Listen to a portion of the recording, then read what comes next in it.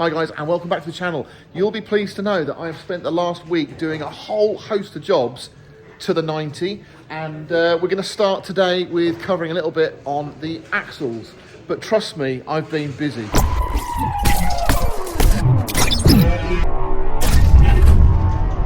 Right, so one of the first things I wanted to do is have a look at this rear caliper because it was getting really hot on the way back.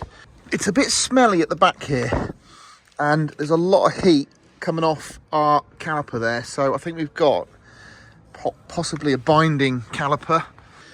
I can see that the pad on the inside is really quite low. The disc looks good, so I'm just going to get that caliper off and see if we can loosen that off a little bit and get it to go back.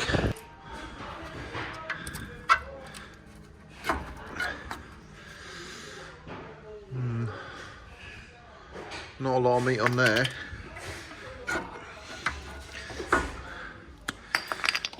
Okay, so we can see the difference, look. So there's the difference in the pads. Needs a good old wire brush in there, I think. We'll get that caliper off, see what we can do with it. I'm going to use the wire wheel because you can just see little areas around the pistons are quite caked up. So if I want them to slide better, before I try and push them back, I'm just going to clean those up. I'm going to use my clamps. I've used it on the other side and just squirted out a load there. So once again, just gently. God, that one's tougher. That's our problem there. That one, oh, that one's seized. I've just squirted a load of penetrating WD-40 in there, just try and get that to soak in, and then we'll try and move it manually. Okay, so we've got both our pistons back in. So we're going to be fitting Delphi pads. This is the whole kit, I'm hoping. Now we've got non-ABS on the rear here, so just a straight slot in, and I'm hoping we've got all new pins as well. Yep, beautiful. So we've got nice new pins, and we've got our new brackets as well.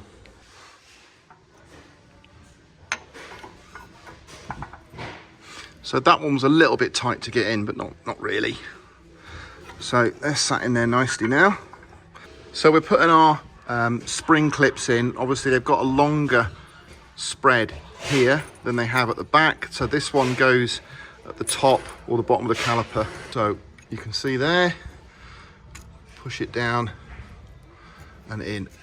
Easy peasy. I'll just have to bend these out now. So I did take the cap off the reservoir so the brake fluid could flow.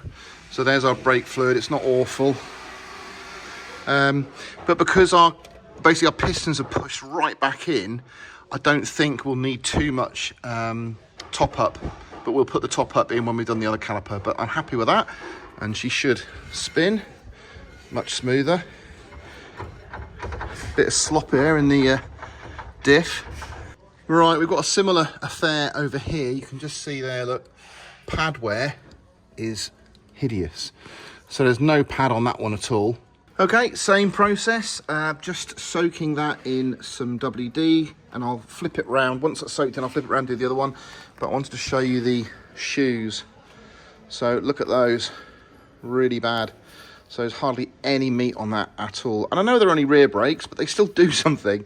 I did also notice that two of these wheel nuts have swollen or been damaged. So I'm going to replace two of these because I can't get the socket on it fully. And I feel lucky I've done it once, but I don't want to be stuck again. So two new ones of those when we put it all back together again. Should probably fit a whole set of these, but we don't know what wheels we're putting on this bad boy yet. It won't be these.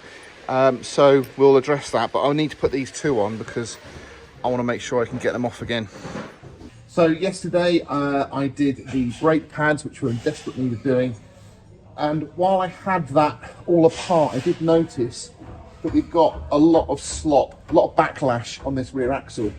Now I'm going to take this drive flange off and see if it's worn, because there's a good chance that it's just the splines on the actual flange itself. They're really inexpensive, but I did look at potentially putting a heavy duty drive flange on there, but I'm just not keen on them. I think the key with those is if you're transferring a weakness from here to somewhere else, you're going to end up breaking something that's even more expensive. These are like 10 quid to replace. So at the end of the day, I'd rather this fail than the diff or the gearbox. So I'm going to try and just hopefully get these bolts out. They can be a bit tricky. Get it all cleaned up, and I'm going to try a new flange on there just to see if we've got the same amount of play, and then we'll go from there. There we go.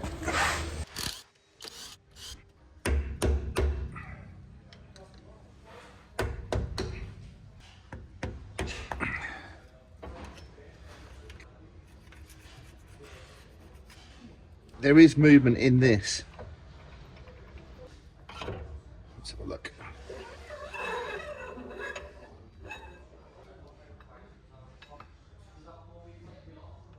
That seems good. In the diff.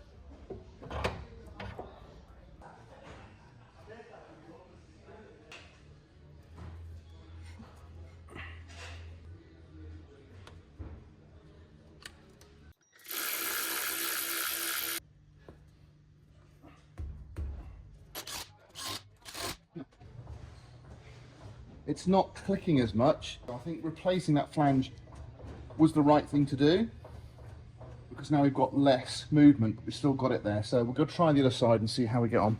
Quick check on this one.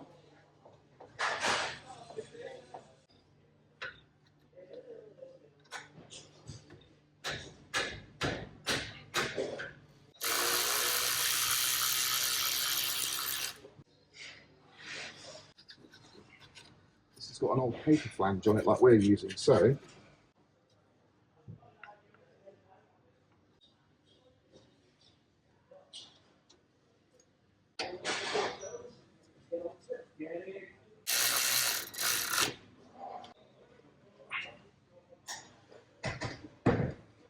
nice dry cap in there, look, that's a good sign.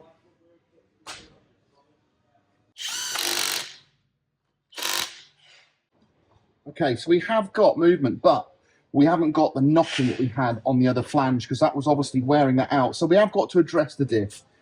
It does need adjustment to take that backlash out. We'll check the oils as well today to see how much oil is in the diff, and we'll get it replaced and maybe put some treatment in there as well. I know it's not going to eliminate any of this, but it's all going to help reduce wear. Okay, so I've drained the diff now, and this is the oil we had inside. It's very black and quite thin. We're going to refill it with this 7590 from Ravenol. But before I put this in, I'm going to make sure I put some of this in as well. I always do this just for the pure peace of mind that this is going to do a little bit of good, just protecting things. So that'll go in first, then we'll top up until we get a dribble with that. Got no idea how much this will take. The nice thing is these Ravenols do have the extended pipe, so you don't need any specialist tools to get that in the diff, but we're trying to put it in until it starts to dribble out, which it's not. But I do have a third, I think, left in this one from previous vehicle, so we'll see if we can get all of that in, and then hopefully we won't need to buy another bottle.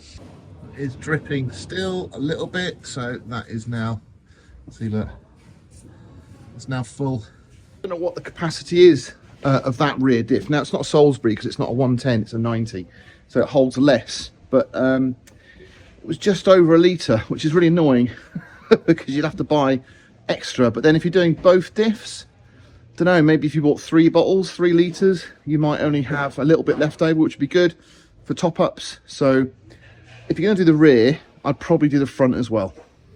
Okay, so that's a few jobs done, and we're really making good progress. Now, trust me, I've been super busy doing jobs on this. You won't believe it. Now, I'm going to try and squeeze out a couple of videos a week, just so you can keep up to progress. And we've got a trip, again, planned to get some more parts for this. There's some wheels over here that we're going to be fitting soon. So it's all go. So if you enjoyed the video, please give me a thumbs up. Subscribe if you haven't, and I'll catch you on the next one.